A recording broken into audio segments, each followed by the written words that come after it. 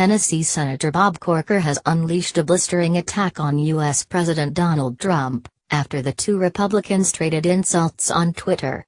Mr. Corker accused the president of lying in a series of television interviews, adding that he debased the U.S. and weakened its global standing. Mr. Trump fired back on Twitter, calling the top senatorial lightweight who couldn't get re-elected. The pair are due to meet at a Senate lunch to discuss tax reform on Tuesday. He is purposely breaking down relationships we have around the world that had been useful to our nation, Mr. Corker said on CNN after Mr. Trump criticized the senator on Twitter. I think the debasement of our nation is what he'll be remembered most for, he said. The Foreign Relations Committee head, who was an early supporter of Mr. Trump, added that the president has great difficulty with truth.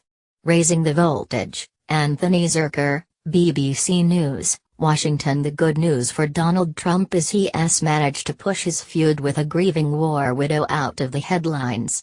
The bad news is he has done it by pushing a stake through Republican unity at a time when the party needs to come together to pass big-ticket tax reform through Congress.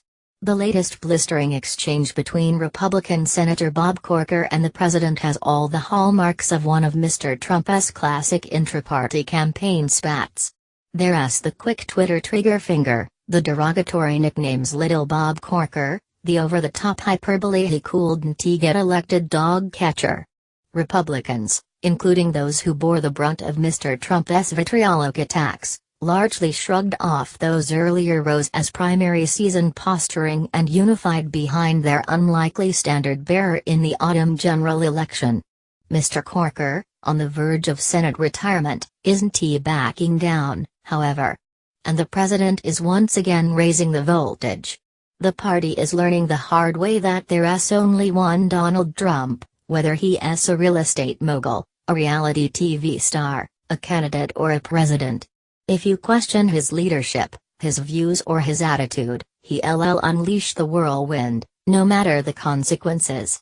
When asked if he regretted supporting Mr. Trump during the 2016 election, the Tennessee senator said, "Let's just put it this way, I would not do that again."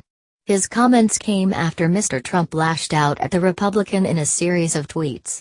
Bob Corker, who helped President give us the bad Iran deal and couldn't get elected dog catcher in Tennessee, is now fighting tax cuts.